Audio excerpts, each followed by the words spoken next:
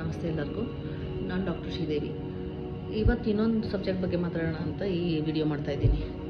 ಏನಂದರೆ ಸ್ಪಿರಿಚುಯಾಲಿಟಿ ಬಗ್ಗೆ ಮಾತಾಡೋಣ ಅಂತ, ಮತ್ತು ಅದನ್ನು ಆಧ್ಯಾತ್ಮಿಕ ಅಂತ ಹೇಳ್ತೀವಿ ಕನ್ನಡದಲ್ಲಿ. ಸೊ ಇವಾಗ ಹೋಗಿ ಮೆಡಿಟೇಷನ್ ಮಾಡೋದು ಮತ್ತು ಸನ್ಯಾಸತ್ವ ತೊಗೊಂಡು ಎಲ್ಲೋ ಹೋಗಿ ಎಲ್ಲೋ ಮಠದಲ್ಲಿ ಸೇರ್ಕೊಳ್ಳೋದು ಅಥವಾ ಪೂಜೆ ಪುನಸ್ಕಾರಗಳು ಮಾಡೋದು ಮತ್ತು ಟೆಂಪಲ್ ರನ್, ದೇವಸ್ಥಾನಗಳಿಗೆ ಸುತ್ತೋದು ಮತ್ತು ಏನೆಲ್ಲ ಮಾಡ್ತಿರ್ತೀವಿ ನೋಡಿ, ಅವೆಲ್ಲನೂ ಸ್ಪಿರಿಚುಯಾಲಿಟಿ ಅಂತ ನಾವು ಅಪಾರ್ಥ ಮಾಡ್ಕೊಂಡಿರ್ತೀವಿ. ನಿಜವಾಗ್ಲೂ ಸ್ಪಿರಿಚುಯಾಲಿಟಿ ಅಂದರೆ ಏನಂದರೆ, ನಾವು ನಮ್ಮ ಆತ್ಮಕ್ಕೆ ಫಸ್ಟು ಆದ್ಯತೆ ಕೊಡೋದು ಅಂತ, ಅಂದರೆ ನಮ್ಮ ಸೋಲ್ಗೆ ನಾವು ಫಸ್ಟ್ ಪ್ರಿಯಾರಿಟಿ ಕೊಡೋದು ಅಂತ ಅರ್ಥ. ಸೊ ಇದನ್ನು ನಾವು ಆಧ್ಯಾತ್ಮಿಕ ಅಥವಾ ಸ್ಪಿರಿಚುಯಾಲಿಟಿ ಪ್ರಾಸೆಸ್ ಅಂತ ಹೇಳ್ತೀವಿ. ನಮ್ಮ ಸನಾತನ ಧರ್ಮದಲ್ಲಿ ಏನು ಹೇಳಿದ್ದಾರೆ ಅಂದರೆ, ಧರ್ಮ, ಅರ್ಥ, ಕಾಮ, ಮೋಕ್ಷ ಇದೆಲ್ಲ ಬ್ಯಾಲೆನ್ಸ್ ಮಾಡೋದನ್ನೇ ಆಧ್ಯಾತ್ಮಿಕ ಅಂತ. ಸೊ ಈಗ ಧರ್ಮ ಅಂತ ಅಂದರೆ ನಮಗೆ ಒಂದು ಧರ್ಮನ ಪಾಲಿಸ್ಕೊಂಡು ಧಾರ್ಮಿಕ ಸ್ಥಳಗಳಿಗೆ ಹೋಗ್ಬಿಟ್ಟು ನಾವು ಪೂಜೆ ಪುನಸ್ಕಾರ ಮಾಡೋದು ಅಥವಾ ನಮ್ಮ ಪಾಪಕರ್ಮಗಳನ್ನ ಗೇನ್ ಅಥವಾ ಲೂಸ್ ಮಾಡೋದನ್ನ ಈ ಧರ್ಮ ಅಂತ ಅಂದ್ಕೊಂಡಿರ್ತಾರೆ. ಆದರೆ ಅದಲ್ಲ.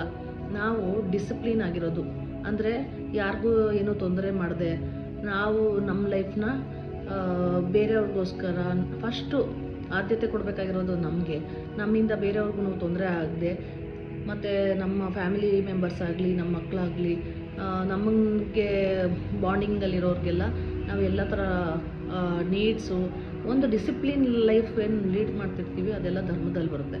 ಅದೇ ಈಗ ಅರ್ಥ ಅಂತ ಅಂದರೆ, ಎಷ್ಟು ಜನ ಇವಾಗ ಹೇಗೆಲ್ಲ ನಾವು ದುಡ್ಡನ್ನ ಸಂಪಾದನೆ ಮಾಡ್ತಿರ್ತೀವಿ, ಅದರಲ್ಲಿ ನಾವು ಇವಾಗ ಪ್ರಾಮಾಣಿಕತೆಯಿಂದ ದುಡಿಯೋದನ್ನ ನಾವು ಅರ್ಥದಲ್ಲಿ ಬಂದರೆ, ಈಗ ಕಾಮ ಅಂತ ಅಂದರೆ ಎಲ್ಲರೂ ಅಂದ್ಕೊಂಡಿರ್ತೀವಿ ಬರೀ ಸೆಕ್ಷುವಲ್ ಡಿಸೈರ್ಸು ಅದು ಇದು ಇರ್ಬೋದು ಅಂತ. ಆದರೆ ಅದಲ್ಲ.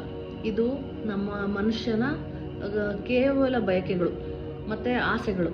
ಸೊ ಇವೆಲ್ಲದನ್ನೂ ನಾವು ಸುಮ್ಮನೆ ಆಸೆ ಪಟ್ಟಿದ್ದನ್ನೆಲ್ಲ ತೊಗೊಳ್ಳೋದು, ಅಥವಾ ಅವನು ಯಾರೋ ಏನೋ ಮಾಡ್ತಿದ್ದಾನೆ ಇರಪ್ಪ ಅಂತ ಹೇಳಿ ನಾವು ಸುಮ್ಮನೆ ಸಾಲ ವಸೂಲ ಮಾಡಿಕೊಂಡು ಮಾಡೋದು, ಅದೆಲ್ಲ ಈ ಅರ್ಥದ ಇಂಬ್ಯಾಲೆನ್ಸ್. ಅಂದರೆ ನಾವೇ ನಮ್ಮನ್ನ ಪ್ರಾಬ್ಲಮ್ ಮಾಡ್ಕೊಳಂಗೆ ಆಗುತ್ತೆ. ಸೊ ಅದನ್ನು ಡಿಸಿಪ್ಲಿನ್ ಇಟ್ಕೋಬೇಕು. ಮತ್ತು ಒಂದಕ್ಕೊಂದು ಇವಾಗ ಅದೇ ಒಂದು ಡಿಸಿಪ್ಲಿನ್ ಇಟ್ಕೊಳ್ಳೋದ್ರಿಂದ ಅದು ಧರ್ಮದಲ್ಲೇ ಬರುತ್ತೆ. ಆಮೇಲೆ ಇವಾಗ ಈ ನಾವು ಎಷ್ಟು ಆಸೆಗಳನ್ನ ಕಡಿತ ಮಾಡಿಕೊಂಡು ನಮ್ಗೆ ಎಷ್ಟು ಬೇಕು ಅಷ್ಟು ಮಾಡ್ಕೊಳ್ತೀವಲ್ಲ, ಅದು ಬಂದುಬಿಟ್ಟು ಅರ್ಥ ಬ್ಯಾಲೆನ್ಸ್ ಆಗುತ್ತೆ, ಅಂದರೆ ದುಡ್ಡು ಬ್ಯಾಲೆನ್ಸ್ ಆಗುತ್ತೆ. ಈಗ ಮೋಕ್ಷ ಏನಾಗುತ್ತೆ? ಮೋಕ್ಷ ಅಂದರೆ ಲಿಬ್ರೇಷನ್. ನಾವು ಎಲ್ಲೋ ಈಗ ಫಾರ್ ಎಕ್ಸಾಂಪಲ್ ಎಲ್ಲರೂ ನಾವೇನು ಅಂದ್ಕೊಳ್ತೀವಿ, ಒಂದಿಷ್ಟು ವಯಸ್ಸಾದಮೇಲೆ ಕಾಶಿ ರಾಮೇಶ್ವರ ಅಲ್ಲಿ ಇಲ್ಲಿ ಹೋಗಿ ನಮ್ಮದು ವಿಸಿಟ್ ಮಾಡ್ಕೊಂಡು ಬಂದರೆ ನಮಗೆ ಮೋಕ್ಷ ಸಿಗುತ್ತಪ್ಪ ಇರು ಅಂತ ಹೇಳಿಬಿಟ್ಟು ನಾವು ಹೋಗ್ತಿರ್ತೀವಲ್ವ. ಅದು ಅಲ್ಲ. ಆ್ಯಕ್ಚುಲಿ ನಾವು ಹೇಗೆಲ್ಲ ಏನೋ ಈ ಸ್ಪಿರಿಚುವಲ್ ಪ್ರೋಸೆಸ್ಸಲ್ಲಿ ನಾವು ಯಾವ ರೀತಿ ನಾವು ಹೇಗೆಲ್ಲ ಇರ್ತೀವಿ ನೋಡಿ, ಅದನ್ನು ಎಲ್ಲ ಬ್ಯಾಲೆನ್ಸ್ ಮಾಡಿ ಪರಿಪೂರ್ಣವಾಗಿ ಮಾಡೋದ್ರಿಂದ ನಮಗೆ ಸಿಗುವಂಥ ಲಿಬರೇಷನ್ನೇ ಮೋಕ್ಷ ಅಂತ ಹೇಳೋದು. ಇದು ಅಲ್ಟಿಮೇಟ್ ಎಲ್ಲರೂ ನಮ್ಮ ಆತ್ಮ ಸೀಕ್ ಮಾಡೋದೇ ಮೋಕ್ಷ ಅಲ್ವಾ. ಸೊ ಇವಾಗ ಓವರಾಲ್ ಏನಂತ ಹೇಳ್ಬೋದು ಅಂದರೆ, ನೋಡಿ, ನಾವು ಫಸ್ಟು ಕೊಡಬೇಕಾಗಿರೋದು ಆದ್ಯತೆ ನಮಗೆ, ಆಮೇಲೆ ನಮ್ಮ ಫ್ಯಾಮಿಲಿಗೆ, ಆಮೇಲೆ ನಮ್ಮ ಪ್ರೊಫೆಷನ್ಗೆ, ಆಮೇಲೆ ಸೊಸೈಟಿಗೆ. ಸೊ ಇದೆಲ್ಲನೂ ಬ್ಯಾಲೆನ್ಸ್ ಮಾಡ್ಕೊತ ಹೋಗಬೇಕು.